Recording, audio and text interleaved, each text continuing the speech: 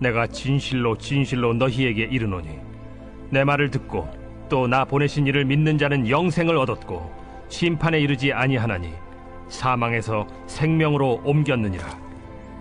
진실로 진실로 너희에게 이르노니 죽은 자들이 하나님의 아들의 음성을 들을 때가 오나니 곧 이때라. 듣는 자는 살아나리라. 아버지께서 자기 속에 생명이 있음같이 아들에게도 생명을 주어 그 속에 있게 하셨고 또 인자됨으로 말미암아 심판하는 고난을 주셨느니라. 이를 놀랍게 여기지 말라. 무덤 속에 있는 자가 다 그의 음성을 들을 때가 오나니 선한 일을 행한 자는 생명의 부활로 악한 일을 행한 자는 심판의 부활로 나오리라. 내가 아무것도 스스로 할 수 없노라. 듣는 대로 심판하노니 나는 나의 뜻대로 하려 하지 않고 나를 보내신 이의 뜻대로 하려 함으로 내 심판은 의로우니라.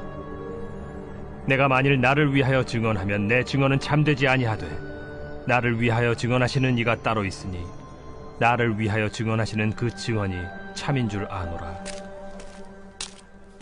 너희가 요한에게 사람을 보내매 요한이 진리에 대하여 증언하였느니라. 그러나 나는 사람에게서 증언을 취하지 아니하노라. 다만 이 말을 하는 것은 너희로 구원을 받게 하려 함이니라. 요한은 켜서 비추이는 등불이라. 너희가 한때 그 빛에 즐거이 있기를 원하였거니와 내게는 요한의 증거보다 더 큰 증거가 있으니 아버지께서 내게 주사 이루게 하시는 역사 곧 내가 하는 그 역사가 아버지께서 나를 보내신 것을 나를 위하여 증언하는 것이요 또한 나를 보내신 아버지께서 친히 나를 위하여 증언하셨느니라. 너희는 아무 때에도 그 음성을 듣지 못하였고 그 형상을 보지 못하였으며 그 말씀이 너희 속에 거하지 아니하니 이는 그가 보내신 이를 믿지 아니함이라. 너희가 성경에서 영생을 얻는 줄 생각하고 성경을 연구하거니와 이 성경이 곧 내게 대하여 증언하는 것이니라. 그러나 너희가 영생을 얻기 위하여 내게 오기를 원하지 아니하는도다. 나는 사람에게서 영광을 취하지 아니하노라. 다만 하나님을 사랑하는 것이 너희 속에 없음을 알았노라. 나는 내 아버지의 이름으로 왔음에 너희가 영접하지 아니하나 만일 다른 사람이 자기 이름으로 오면 영접하리라. 너희가 서로 영광을 취하고 유일하신 하나님께로부터 오는 영광은 구하지 아니하니 어찌 나를 믿을 수 있느냐. 내가 너희를 아버지께 고발할까 생각하지 말라. 너희를 고발하는 이가 있으니 곧 너희가 바라는 자 모세니라. 모세를 믿었더라면 또 나를 믿었으리니 이는 그가 내게 대하여 기록하였음이라. 그러나 그의 글도 믿지 아니하거든 어찌 내 말을 믿겠느냐.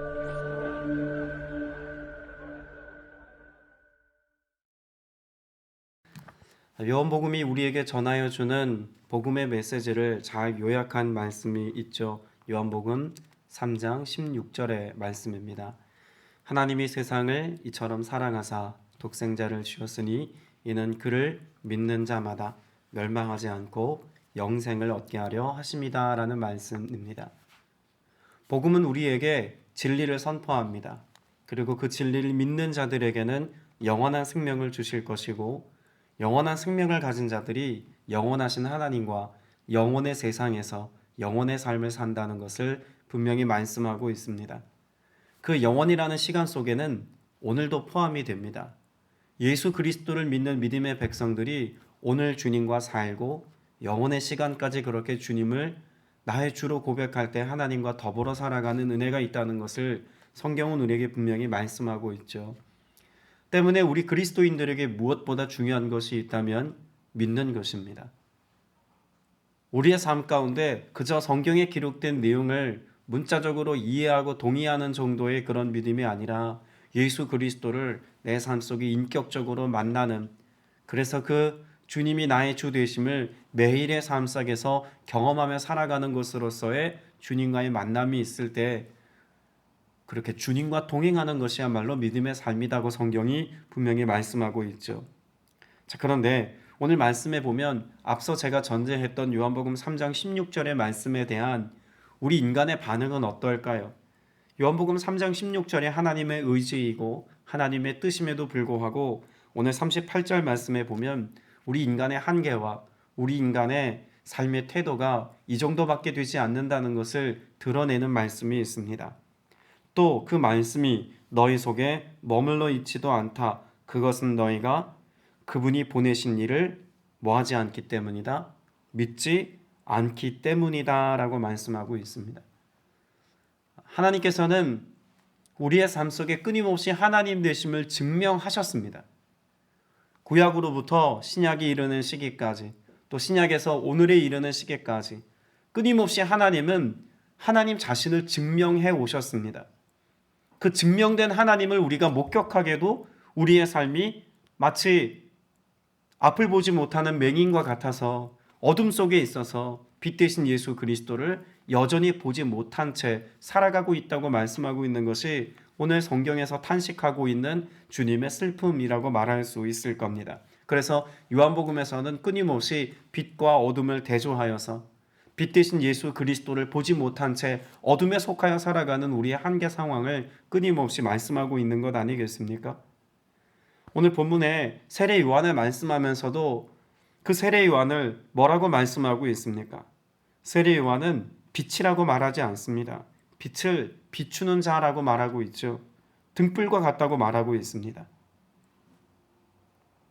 우리는 예수 그리스도가 빛이심을 삶으로 경험하고 빛 대신 예수 그리스도를 만나야 비로소 빛을 비추는 삶을 살 수 있습니다.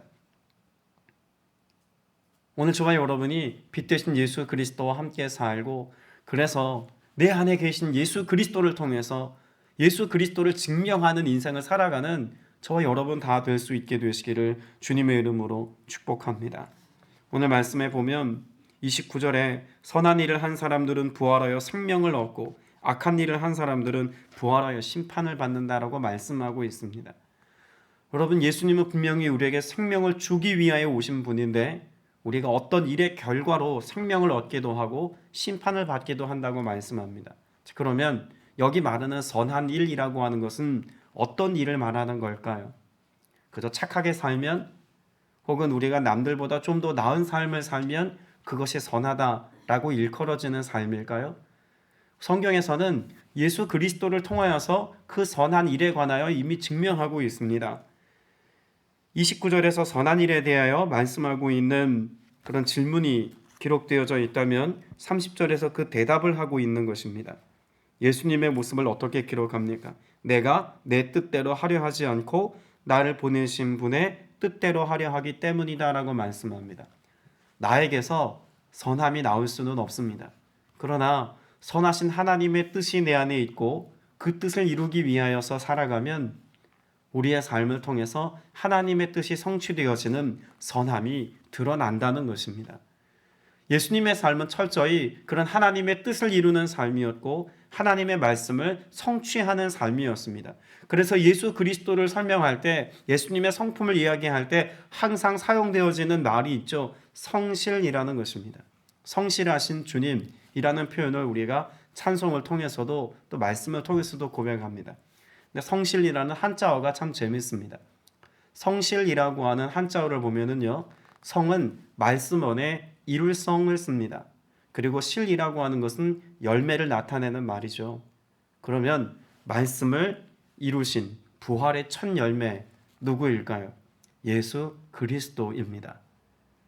그렇게 예수 그리스도는 부활의 첫 열매가 되시기까지 철저히 말씀을 이루어 성취하는 삶을 사셨습니다. 그것이 하나님의 성품이자 예수 그리스도의 사역과 삶의 모습이었다고 말할 수 있는 것이겠죠. 성실하신 주님이 우리에게 원하시는 성실이라고 하는 것은 무엇일까요? 우리들 또한 그렇게 주님께서 말씀하시고 삶으로 보여준 수많은 언약의 성취들이 나를 통해서 드러나기를 기뻐하신다는 사실을 우리가 인지하고 또 실천해야 할 줄로 믿습니다. 예수님조차 하나님의 말씀을 이루기 위하여 이 땅에 오셨고 그래서 그 뜻을 이루심을 통해서 하나님의 성품을 드러내셨다면 오늘 저와 여러분이 예수 그리스도를 어떻게 증명하겠습니까? 예수 그리스도를 전하는 삶, 증인의 삶, 그 증언하는 말이 단지 사람의 말에 있어서는 안 됩니다. 좀 더 미려하고 논리 정연한 말을 열거한다고 해서 이것이 사람들의 마음을 설득할 수 있는 그런 복음의 증거 도구가 되지 못한다는 이야기입니다. 언제 설득력 있는 진실된 복음의 메시지가 우리의 입술을 통해서 선포된다고 말할 수 있을까요? 기록된 하나님의 말씀이 여러분의 삶의 모습을 통해서 증명될 때입니다. 오늘 본문에도 보면 예수님께서는 자신을 세 가지로 증명하셨죠. 예수님의 하나님의 아들 되심, 메시아 되심, 그것을 증명하기 위해서 세 가지 증거 도구를 사용하셨다고 말씀합니다. 첫째는 세례 요한입니다. 예수님은 자기 스스로 자신을 드러내 보이거나 사람의 영광을 구하지 않으셨습니다. 예수님은 세례 요한을 통해서 예수 그리스도가 메시아 되신다는 사실을 증언케 하셨고 또 이것이 이루어졌다고도 말씀하고 있습니다.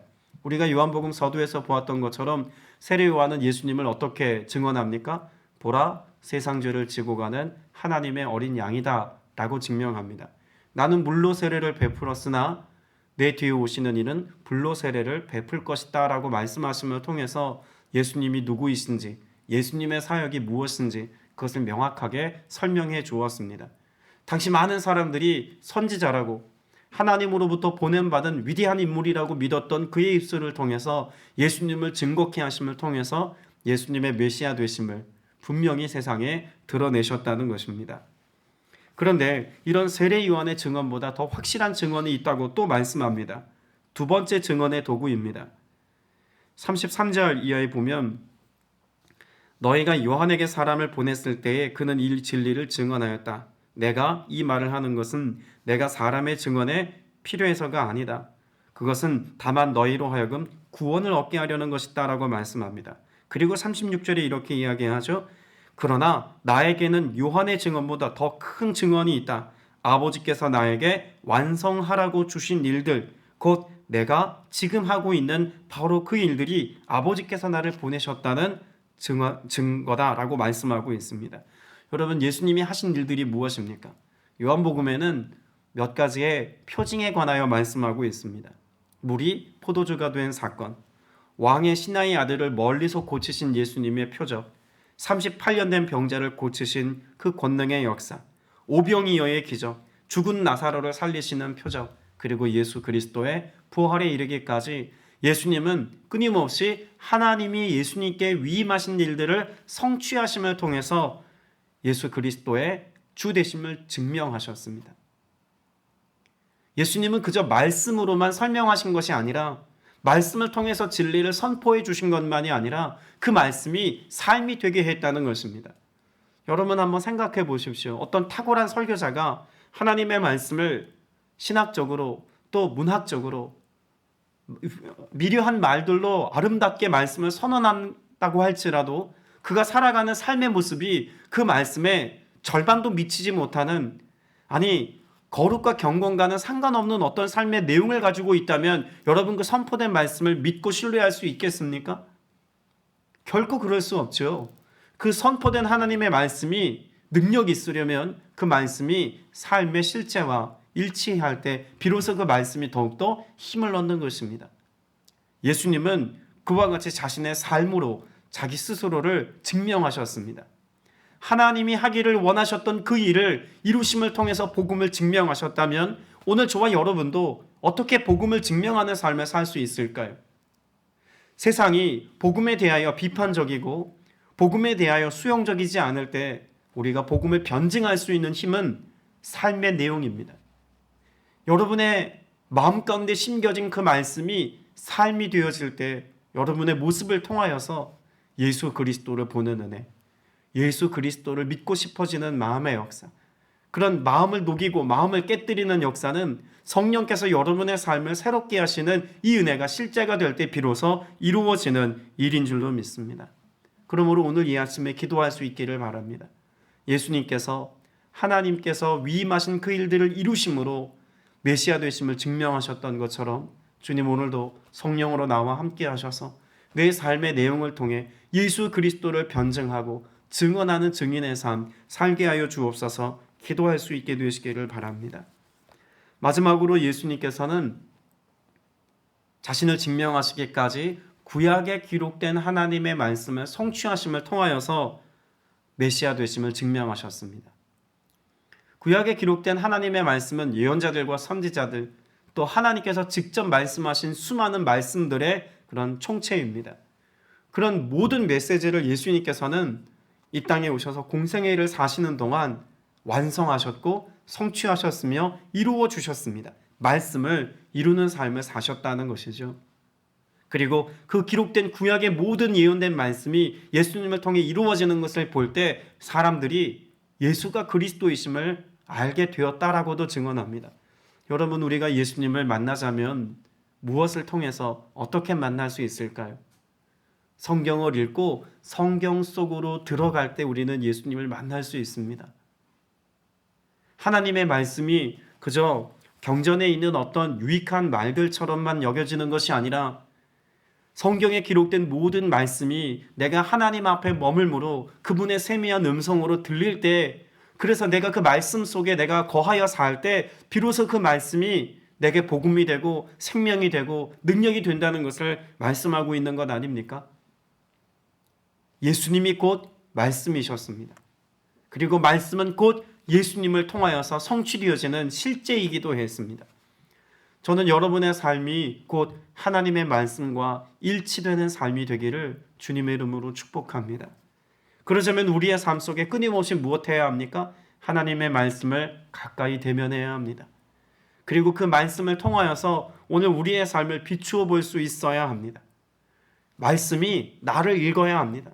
그리고 그렇게 발견된 나의 연약함을 다시 주님 앞에 가지고 나아가서 주님이 내 안에 거하심을 통해서 그 말씀의 실제가 곧 내가 되는, 나를 설명할 수 있는 가장 아름다운 수식어가 곧 하나님의 말씀들 되어지는 은혜를 누리는 삶을 살아야 할 줄로 믿습니다. 그리스도인의 삶은 진리를 발견하기만 하는 것이 아니라 진리를 살아내는 것이어야 합니다. 어거스틴은 그래서 자신이 진리를 추구했던 어떤 삶을 회고하면서 이런 이야기를 하죠. 나는 진리를 피하여 진리를 찾고자 했다라고 말합니다. 수많은 성경과 수많은 여러 주석들을 통하여서 예수 그리스도가 나의 구주이시다라고 하는 사실을 알기 위하여 지적인 노력을 했지만 정작 영적인 공동체 안에서 거룩한 하나님의 임재 가운데서 그런 주님을 만나는 곳으로서의 그런 실제가 없었기 때문에 그는 진리를 피하여 진리를 찾으려고 했다고 증언하는 것입니다. 어쩌면 우리도 그런 실수를 반복하고 있는 것은 아닌지 모르겠습니다. 설교도 듣고 성경도 읽고 기도 생활도 어느 정도 유지하며 살아가고 있지만 정말 인격적으로 주님과 깊이 교통하고 교제하는 것으로서의 기쁨은 누리지 못한 채로 진리를 갈망하는 삶을 살고 있는 모순된 신앙인이 될 수도 있다는 이야기입니다. 오늘 저와 여러분은 하나님의 말씀 앞에 끊임없이 노출되어지고 발견될 수 있기를 바랍니다. 그래서 그런 자신의 연약함을 주님 앞에 가지고 나아가서 나를 통해서 그리스도가 드러나고 나를 통해서 하나님의 나라가 나타나기를 소망하는 마음을 가지고 늘 주님 앞에 머물러 이 은혜를 맛보고 누릴 수 있는 저와 여러분 다 될 수 있게 되시기를 주님의 이름으로 축복합니다. 42절 말씀에 보면 너희에게 하나님을 사랑하는 마음이 없는 것도 나는 알고 있다. 내가 내 아버지 이름으로 왔는데 너희는 나를 영접하지 않는다라고 말씀합니다. 여러분, 예수 그리스도를 영접한다는 것은 단지 지적으로 동의했다가 아닙니다. 무엇을 의미하는 것입니까? 하나님을 사랑하는 것입니다. 세상의 다른 가치들에 대하여 마음 두지 않고 하나님을 경외하고 사랑하는 중심이 회복되는 것, 여러분 이것이 예수를 영접한 사람들의 삶의 모습이지 않겠습니까? 앞서 제가 말씀드린 삶으로 말씀을 증명한다는 것은 단지 남들보다 조금 더 차원 높은 혹은 남들보다 조금 더 윤리적으로 도덕적으로 수준 높은 삶을 살아가는 덕목에 관한 이야기가 아닙니다.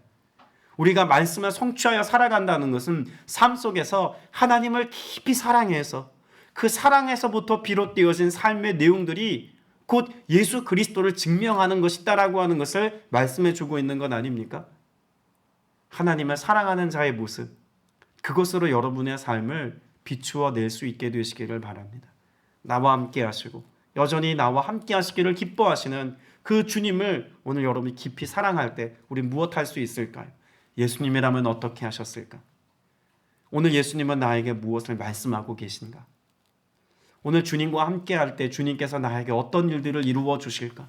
주님을 사랑함으로 주님께 집중하게 되고 주님을 기대하게 되고 주님을 바라게 되고 주님을 소망하는 삶을 살 수 있다는 이야기입니다. 환경과 상황에 휘둘리지 않는 삶을 살 수 있습니다. 환경은 우리를 끊임없이 고통의 지경으로 몰아세울 수 있습니다. 눈물 흘릴 만한 일들이 계속해서 우리의 삶을 도전해 올 수도 있습니다. 그러나 세상의 도전 앞에서도 여전히 예수 그리스도를 증명하는 삶을 살아가는 사람은 예수님을 뜨겁게 사랑하는 사람들입니다. 오늘 그 사랑을 가지고 예수님을 증명하는 여러분 되시기를 바랍니다. 말씀을 맺습니다. 45절에 보면 당시 구약의 많은 사람들, 예수님 시대에 이르기까지 많은 사람들은 무엇에 희망을 걸었습니까? 모세의 희망을 걸었습니다. 율법의 희망을 걸었습니다. 그런데 그것이 그들의 아성이 되었습니다. 하나님의 자리를 대신하는 그런 위치까지 오르게 되었다는 것이죠. 무엇이 없었습니까? 믿음의 현재성입니다. 예수님이 오늘 지금 이 순간 내 눈앞에 메시아로 현현하셨는데 구약과 율법에 매여 있었던 그들은 정작 예수 그리스도를 알아보지 못하는 믿음의 실제가 없었다는 이야기죠. 왜였다고 증언하고 있습니까? 앞서 전제했던 것처럼 하나님의 말씀을 많이 알지만 역사를 통해서 그 하나님에 관한 이야기들을 숱하게 들었지만 오늘 내 심령에 하나님을 경외하고 사랑하는 마음이 없으니 그 사랑의 대상이신 예수님이 내 눈앞에 서 있을 때도 예수님인지 알아보지 못하는 어둠에 속한 삶을 살더라는 이야기입니다. 오늘 여러분의 삶은 그렇게 주님을 경외하고 사랑해서 무엇에 매이는 것이 아니라 오늘 예수 그리스도께 매여 살아가는 복된 하나님의 자녀들 다 되시기를 주님의 이름으로 축복합니다. 기도드리겠습니다. 오늘 우리의 삶이 예수 그리스도를 더 닮은 삶이기를 원합니다. 또 예수님을 따라가는 삶이 되어지기를 원합니다. 주님, 기록된 하나님의 말씀이 오늘 내 마음 가운데 잘 녹아내리게 하시고 그래서 그 말씀이 내 삶의 실제가 되어 말씀이신 예수 그리스도께서 육신을 입고 이 땅에 오셨던 것처럼 말씀이신 예수 그리스도께서 육신을 입고 살아가는 나를 통해서 세상에 증명되어지고 드러나는 역사가 있게 하여 주시옵소서. 입술로만 복음을 전하는 자들이 아니라 우리의 삶을 통해서 예수가 그리스도이심을 증명할 수 있기를 원합니다. 주님, 오늘 성경에 기록된 그 모든 말씀이 세상에 대하여 나를 통해 해석되어지는 은혜가 있기를 원하오니 주님, 그렇게 나를 도구로 사용하여 주시옵시고 우리 교회를, 우리 믿음의 성도들을 그렇게 사용하여 주시옵소서. 세상이 예수를 보는 은혜가 있기를 원합니다. 그래서 주님을 믿는 은혜가 있기를 원합니다. 그래서 그들에게도 영원한 생명이 주어지는 축복이 있기를 원합니다. 성령님, 우리를 통해서 이 복음이 증거되어질 수 있도록 주의 생명의 역사가 우리 안에 가득하게 하시고 드러나게 하시고 흘러넘쳐나게 하여 주시옵소서. 그 충만한 은혜 더하실 것을 믿사오며 예수 그리스도 이름으로 간절히 기도드렸사옵나이다. 아멘.